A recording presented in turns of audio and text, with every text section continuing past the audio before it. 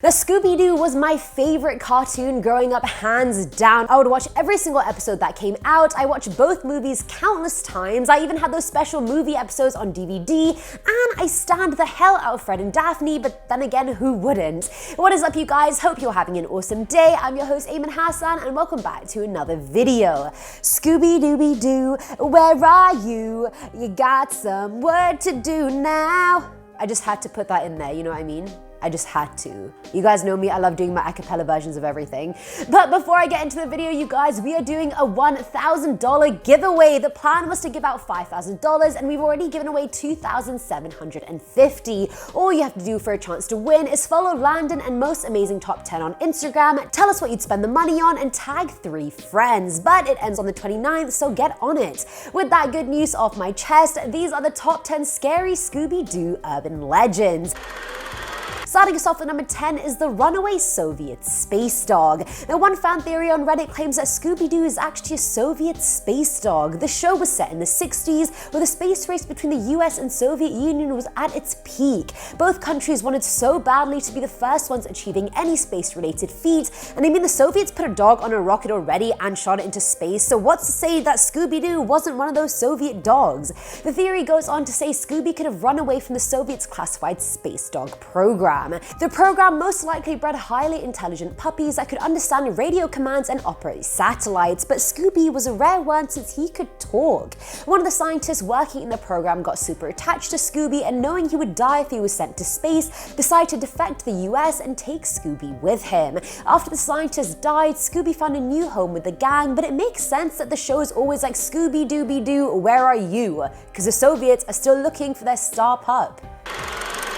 Coming in at number 9 is the Scooby Draft. I truly believe Scooby Doo will go down as one of the best cartoons in cartoon history, like hands down. And also, unpopular opinion, but Scooby himself was my least favorite character, and I'm not afraid to admit that. Come for me.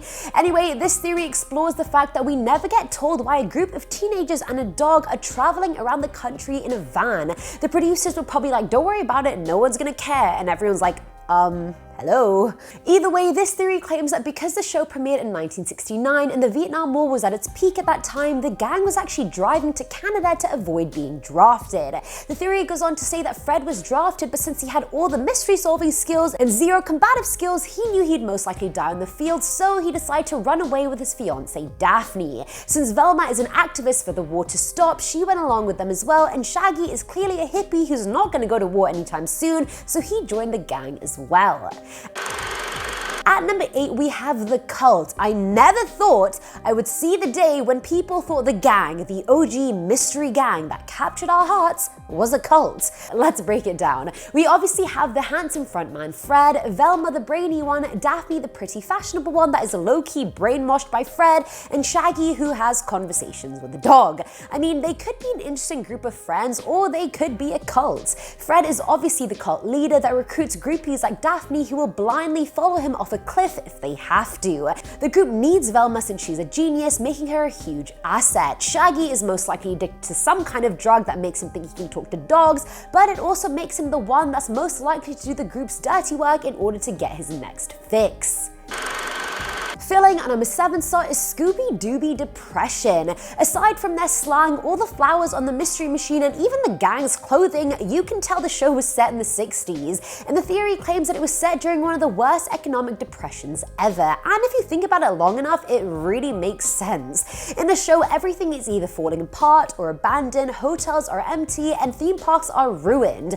Every villain they catch is actually someone who would normally be quite respected, like a teacher or historian or scientist, but they've just fallen on hard times and have turned to petty crime in this dark period of life. And no, I definitely did not forget about the gang. You'd think they were just hippies out looking for adventure, but really they're in like their late teens, early 20s, not interested in getting proper jobs. They move around all the time because there are no jobs available no matter where they go. They wear the same clothes every day. Do they shower or pay for petrol? No one really knows. In conclusion, they're unemployed hobos that accept petrol and food for helping those around them. Knife in my heart. Now, at number 6 are Scooby snacks. I'm pretty sure if Scooby Doo was given an ultimatum of 40 boxes of Scooby snacks on one side or saving his entire gang, he would choose the former. He just loves them way too much. Well, according to this theory, the treat can alter your genetic code, which explains why Scooby Doo, Scooby Dum, and Scrappy Doo can not only talk, but perform stunts that are utterly ridiculous. As for humans, the only person eating the snacks is Shaggy, and the only effect we seem to see that it has is boosting his metabolism tenfold. He can literally down those mile-high sandwiches and still be skinnier than every Insta-ho out there. Make it make sense. Is he on that fit tea, skinny tea vibe? Who knows? He's just on that Scooby snack vibe. Coming in at number 5 are the real heroes. In every episode without fail, when things start going to shit and getting scary, Scooby and Shaggy are always the ones to run away, and then somehow in an accidental fashion, they end up being the ones capturing the villain in the end through no intention of their own. But according to this fan theory, Shaggy and Scooby are both actors who pretend to be terrified of monsters and ghosts. They're faking all of it in order to draw the monsters out because they want to be seen as easy targets. That way the gang can trap the villain since they'll be too busy seeking out the other two. And all this makes so much sense. That's literally why Fred always pairs Shaggy and Scooby up together when they split up. Why would these two even be in the gang if they were genuinely that terrified of these monsters? And how, after years of investigating, would they still be scared shitless? Because they're actors. That's what we do. At number 4 is the designated driver. Yes, we've all felt the tragedy on a night out when you're the DD and all your friends are getting drunk, having fun, and you're just there twiddling your thumbs and making conversation with a plate of fries in front of you. Shocking. Now in the show, Fred is always the de facto driver, but just look at him. This preppy, clean-shaven kid would not own a lime green van covered in flowers, meaning the van isn't his. It belongs to a hippie, most likely Shaggy, and as many theories point out, Shaggy is a pothead. So either Shaggy lost his license for driving under the influence, or Fred is worried he'll make the gang crash, so he never lets him drive. Yes, never drive and smoke, people. Never drive and smoke. No matter how much of a functional stoner you are, don't do it. Filling our number 3 slot is the Captain America link. Who the hell would have thought that Scooby Doo would have any link to Marvel whatsoever? But I mean, you learn something new every day, don't you? Now this theory shares that Shaggy's real name is Norval Rogers and Captain America's name is Steve Rogers, so right now the two share the same last name.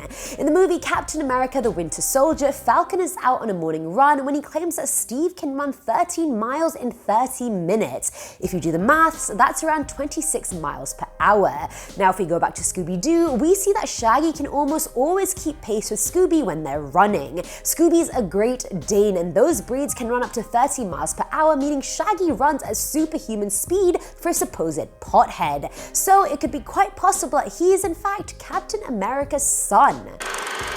Now, at number 2 is the love affair. You guys are lying if you say that Fred and Daphne were not your original OTP. And if you're unaware, OTP means one true pairing, the two characters that were truly meant to be together, your favorite duo in a fandom, if you will. Now, we know these two are together. The show implies it way too many times. Shaggy is clearly too obsessed with Scooby to think about a romance. That bromance is enough for him.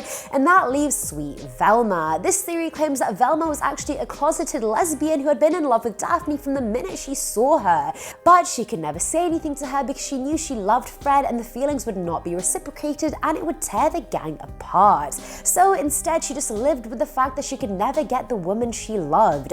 Velma could have easily left the gang, but that would have meant not seeing Daphne ever again, and that's something she couldn't cope with. My heart will go on. What would their stand name be? Daphne. Delma. It's not feeling nice in my mouth. And finally, at number 1 is Scrappy Doo. It doesn't matter which episode it was, Scrappy Doo always annoyed the shit out of me. How can something be so small and filled with testosterone and be that annoying? Actually, it's quite possible. I've met my fair share of guys who are like that. Lol. Now, either way, this theory claims that the gang wasn't fond of Scrappy either. He was arrogant and conceited, and they eventually left him behind. After they ditch him, he isn't seen for years because he's busy trying to figure out how to gain revenge on the gang for casting him away. By 2002, Scrappy makes a mechanical version of Emil, the owner of Spooky Island, and impersonates him in order to get Scooby's protoplasm. But his plan is foiled by those meddling kids and he's sent to jail, but that is not the end of Scrappy Doo, my folks. He ends up escaping and creates clones of Scooby and the whole gang and sends them to kill the OG gang and take over their lives. They succeed and somehow no one notices that they're not the original crew. And that is it for today's video, guys. Oh, I miss Scooby Doo so much. I feel like I may watch both movies tonight. I feel like that is the flex going forward. Let me know what you guys thought in the comments below. As always, I'm your host, Eamon Hassan, and I'll catch you in the next one. Bye.